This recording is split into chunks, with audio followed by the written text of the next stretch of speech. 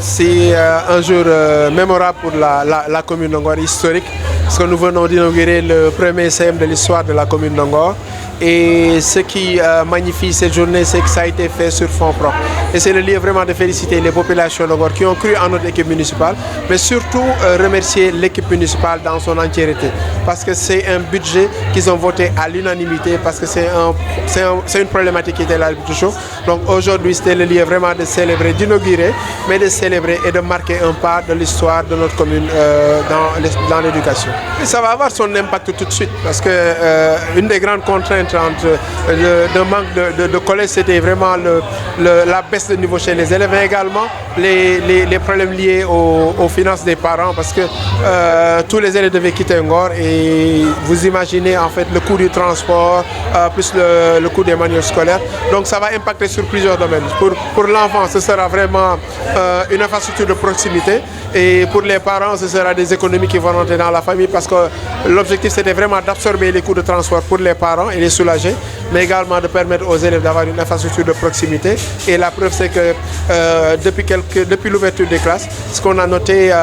aux échanges avec le principal, il n'y a que 2 heures d'absence, et je pense que c'est 2 élèves depuis l'ouverture, alors que c'était pratiquement 10 fois plus quand ils étaient dans les autres communes. Donc l'impact est tout de suite, elle est réelle, elle est là pour les populations, et aussi c'est un ouf de soulagement. Et ce qui est bien, c'est que c'est fait sur fonds propres. Ça veut dire qu'en fait, c'est également un engagement des populations de dire qu'on est là pour bâtir notre commune par nos propres moyens, en attendant que l'État vienne renforcer et nous accompagner. Oui, l'investissement est un coût de 174 millions, et comme je l'ai dit, sur fonds propres, et la commune qui a bâti l'infrastructure de bout en bout sur ses fonds propres à hauteur de 174 millions. Si on avait prévu une enveloppe de 200 millions, et le marché, quand on a lancé le marché,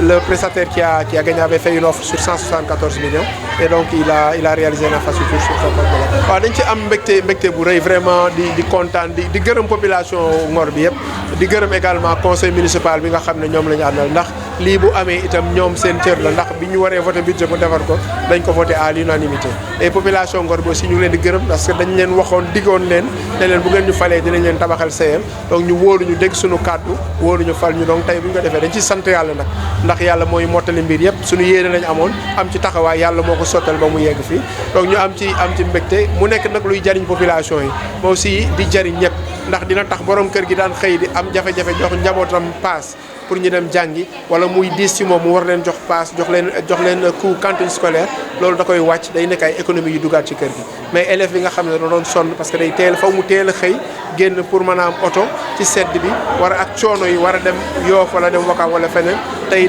coono boobu da koy wàcc moom, day xëy rek dox ndànk ñëw ci école am jàngi, et loolu day impacter tout de suite ci ay résultats scolaires am, ndax dafa nekk loo xam ne lu ñu yàgg seetlu la. Xale yi bu ñu daan génn fii bu ñu demee bay benn niveau bi dañuy commencer régresser, ndax coono bi, ndax fitna bi ci nekk, dem bi dafa metti, ñëw bi dafa metti, te jamono bi ak problème sécurité yi, donc lii tey lu am njëriñ la. Waaw ci koppar bi ñun biñ ci koppar bi toll na ci liñ ci def ci 174 millions, maanaam téeméeri millions yoo xam ne dafa teg 174 millions, maanaam ñeent fukki millions yu manqué tuuti. Et loolu ñu ngi ciy sant yàlla bu baax a baax,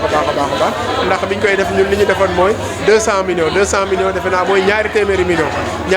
millions moom lañ prévoiroon pour tabaxoo ko lii. Ki defoon offre am gagné marché bi, moom dafa defoon offre bu gën a tuuti ñaari téeméeri millions, donc 174 millions moom lañ def. Et li ci am solo mooy ci xaalisu waa Ngor la, jógewul ci xaalis bii, du xaalisu état, du xaalisu partenaire, xaalisu waa Ngor la. Te lii nag day jëmmal wan waa Ngor ne liñ bëgg suñu dëkk mën nañ ko defal suñu bopp, di xaar état ñëw, ndax nous sommes démembrement de l'État, et l'État c'est notre premier partenaire. Waaye l'État bu amee ay jafe-jafe wala mu am contrainte, ñun mën nañoo defal suñu bopp, xaar ko moom mu ñëw. Donc loolu tey mbégte mu am solo la pour ñun, mbégte la itam pour population yi. Ñuy gërëm ñi fi teewoon ñëpp, di gërëm le ministre ak ñi mu àndal ci liggéey bi yëpp, waaye di gërëm état du Sénégal, ndax lii bu ma nee nekk ñoom ñoo autorisé ñu ubbi école bi, ñoom ñoo ñu envoyé ay professeurs, ñoom